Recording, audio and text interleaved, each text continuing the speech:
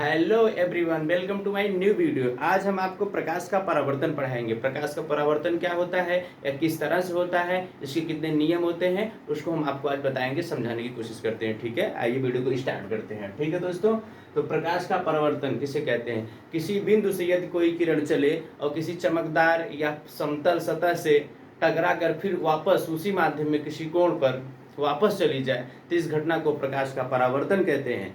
तो देखिए, इससे हम समझाने की आपको कोशिश करते हैं। यह एक बिंदु है, यहाँ से एक प्रकाश की किरण चली और यहाँ पर आई। यह एक समतल सतह आपका है, परावर्तक तल इसे बोलते हैं। यह बिंदु O पर आकर यहाँ टकराई और टकराने के बाद एक निश्चित कोण पर फिर उसी माध्यम में वापस चली गई। इसी घटना को प्रकाश का परावर्तन कहते हैं। ठीक है दोस्तों, तो ये जो किरण आती है एक बिंदु से इस तल तक जो आती है, इसे आपतित किरण हम कहेंगे।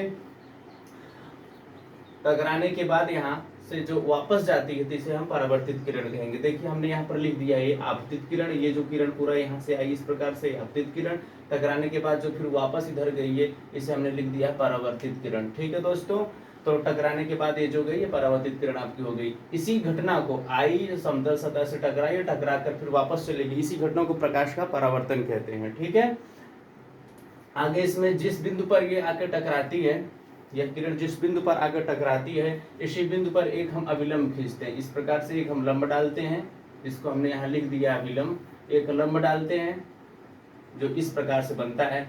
उसके बाद आप देखेंगे इस अभिलंब और आपतित किरण के बीच एक कोण का निर्माण होगा, जो कोण ये वाला है।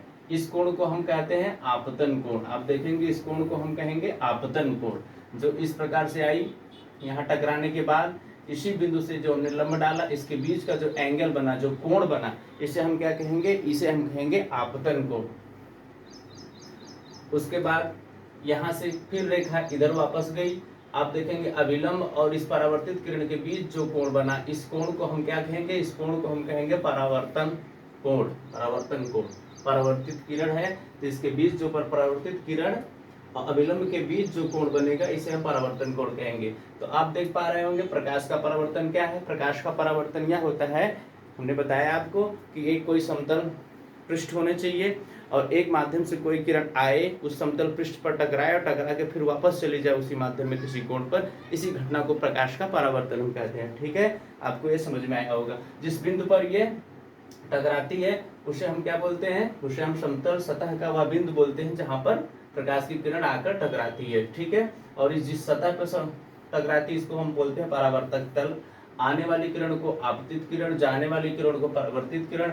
ये जो अभिलंब खींचते हैं, अभिलंब और आपतित किरण के बीच के कोण को आपतन कोण, अभिलंब और परावर्तित किरण के बीच को परावर्तन कोण कहते हैं। ठीक है दोस्तों, ये हो गया आपका पूरा ऑल ओवर परावर्तन जो होता है, उसका जो होता है ऑल व्यू पूरा, ये हो गया आपका, यही परावर्तन है। इस परावर्तन के कुछ नियम होते हैं, परावर्तन से संबंधित कुछ नियम होते हैं। वह दो नियम होते हैं जो मैंने नीचे लिख दिया है, आप इसे भी देख लीजिए। पहला नियम क्या कहता है?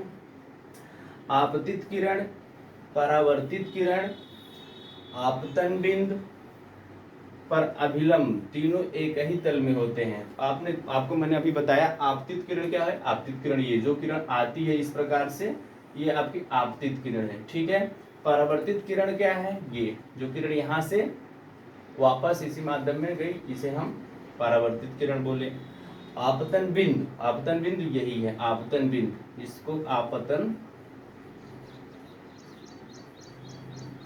बिंदु बोल सकते हैं आप। आपतन बिंदु, आपतन बिंदु ये हो गया। आपतन बिंदु पर अभिलंब, आपतन बिंदु पर आप देखेंगे एक अभिलंब हमने खींचा, यहाँ हमने इंडिकेट किया अभिलंब। ये जो अभिलंब है, ये अभिलंब हो गया। अभिलंब तीनों एक ही तल में होते हैं। देखिए आप, तीनों एक ही बिंदु पर है कि नहीं है? ये वाली किरण, ये वाली किरण और ये अभिलंब तीनों एक ही तल पर होते हैं। पहला नियम ये कंप्लीट हो गया आपका। क्या बोल रहा है? आपतित किरण, परावर्तित किरण, आपतन बिंदु पर अभिलंब तीनों एक ही तल में होते हैं। ठीक है दोस्तों, अब दूसरे नियम पर हम चलते हैं। दोस्तों, दूसरा नियम क्या कहता है? आपतन कोण सदैव परावर्तन कोण के बराबर होता है। तो आप देखिए, आपतन कोण कह रहा है दूसरा नियम, आपतन कोण सदैव परावर्तन कोण के बराबर होता है। तो आप देखिए, ये वाला जो कोण है आपतन कोण। आपतन कोण क्या होता है? आपतित किरण और अभिलंब के बीच का जो कोण होता है आपतन कोण होता है। और कह रहे हैं उस पर परावर्तन कोण। परावर्तन कोण क्या होता है? परावर्तित किरण, ये वापस गई किरण है, परावर्तित किरण और अविलंब के बीच का जो कोण ये होता है, ये परावर्तन कोण होता है। तो कह रहा है दूसरा नियम कि आपतन कोण ये वाला कोण और परावर्तन कोण ये वाला कोण दोनों आपस में बराबर होते हैं। तो यही बात ये कह रहा है। तो आपने दूसरा नियम भी देख लिया। तो पूरा यही परावर्तन का नियम भी रहा, परावर्तन का कॉन्सेप्ट भी रहा, परावर्तन किस प्रकार से होता है, परावर्तन क्या है, पूरा चीज हमने आपको बता दिया। यही पूरा ऑल व्यू है परावर्तन का दोस्तों। इससे ज्यादा कुछ परावर्तन में नहीं होता है। ठीक है दोस्तों, इस प्रकार से सारा चीज हमने आपको बता दिया। ठीक है दोस्तों, इसी प्रकार के किसी और इंटरेस्टिंग वीडियो में हमारी और आपकी मुलाकात होगी। तब तक के लिए थैंक्स यू, बाय बाय।